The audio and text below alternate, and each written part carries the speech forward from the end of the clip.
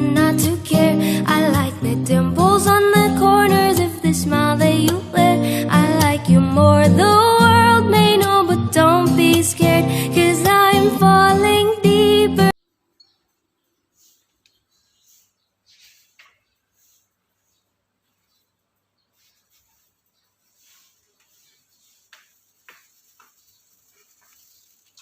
Hai guys, netizen, masyarakat dimanapun Anda berada. Kali ini saya akan menjelaskan tentang prestasi atau tindakan ingkar janji.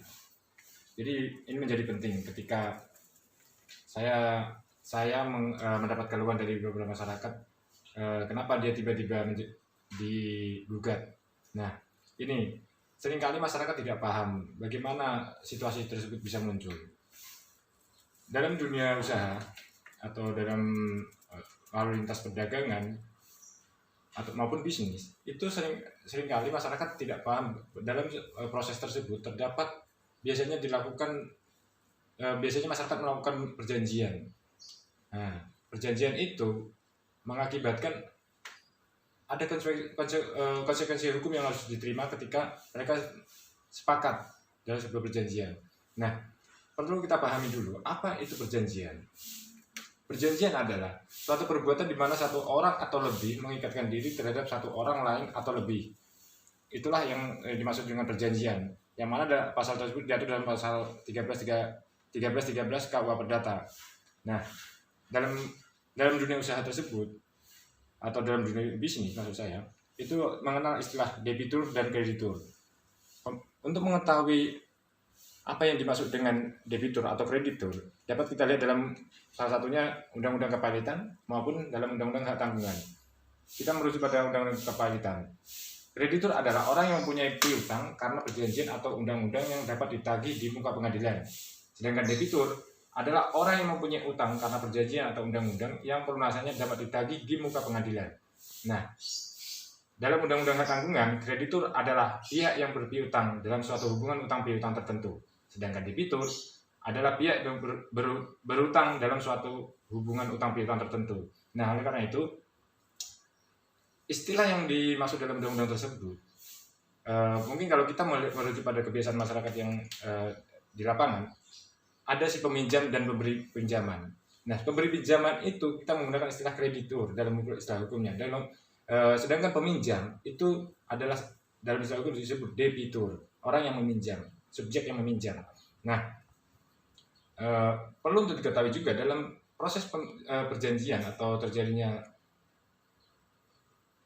kelancaran untuk mendukung proses bisnis itu harus memenuhi beberapa unsur agar terjadi perjanjian, yaitu agar perjanjian dinyatakan sah dan berharga itu harus memenuhi pasal yang dimaksud dalam 1320 KUH Perdata. Nah, apa saja intinya?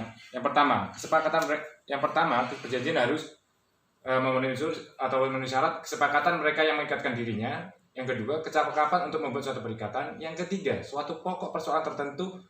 Yang keempat, suatu sebab yang tidak terlarang. Itulah syarat yang harus dipenuhi dalam membuat perjanjian atau kesepakatan. Nah, apabila salah satu unsur tersebut tidak terpenuhi atau dilanggar salah satu pihak, itu ada risiko hukumnya. Nah, kemudian dalam perdagangan lintas perdagangan atau dunia bisnis, ketika terjadinya utang piutang atau terjadinya setelah proses perjanjian kemudian munculnya utang piutang, seseorang yang tidak mampu untuk membayar atau melunasi kewajibannya itu tidak dapat dipidanakan.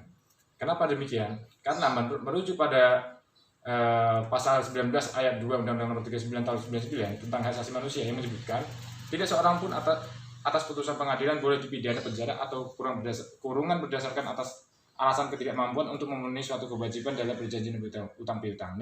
Jadi sepanjang tindakan tersebut berasal didasarkan atas perjanjian, orang yang membuat perjanjian tersebut tidak bisa dituntut secara pidana sepanjang didasarkan pada perjanjian. Nah, kecuali di dalamnya memuat materi-materi atau yang mengarah ke persyaratan yang bisa diarahkan ke pidana, misalnya dokumen yang diserahkan palsu atau apapun itu. Nah, itu bisa menurut hemat saya itu bisa diarahkan ke pidana, seperti itu. Nah, tapi umumnya sih cenderung saya berbicara ke perdatanya dulu. Nah, jadi orang ketika tidak upaya yang dapat dilakukan adalah ke perdatanya. Bahkan dalam putus jurisprudensi Mahkamah Agung juga telah menguatkan bahwa seseorang yang membuat perjanjian itu tidak bisa dipidanakan, atau subjek yang sudah membuat perjanjian, para pihak itu maksud saya, itu tidak bisa dipidanakan. Salah satunya adalah putusan Mahkamah Agung nomor 93, intinya menyebutkan sengketa hutang piutang adalah merupakan sengketa perdata, artinya bukan sengketa pidana. Nah, putusan lainnya, putusan MA nomor register 39K tahun 84 menyatakan hubungan hukum antara terdakwa dan saksi merupakan hubungan perdata, yaitu bukan jual beli, sehingga tidak dapat ditafsirkan sebagai perbuatan tidak pidana penipuan. Nah, artinya apa? Bahwa syarat yang dimaksud dalam hukum perdata itu akan berbeda dengan syarat yang supaya memenuhi unsur pidana. Itu ada klasifikasi yang harus terpenuhi terlebih dahulu. Itu yang harus diperhatikan masyarakat. Jadi kenapa masyarakat kadang bingung? Kenapa saya tiba-tiba digugat di pengadilan, dapat panggilan di pengadilan?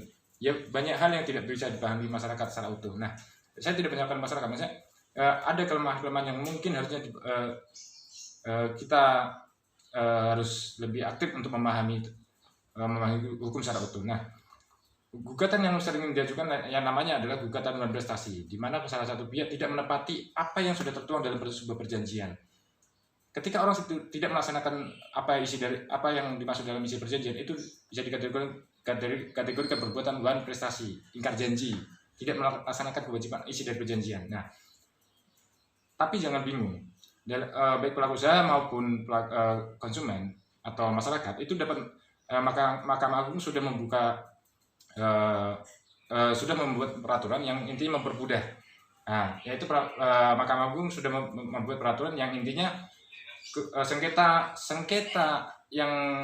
usaha yang minimal perjanjian kerugiannya di bawah kerugian paling banyak 500 juta rupiah itu dapat diajukan ke gugatan dengan hukum acara cepat. Artinya apa?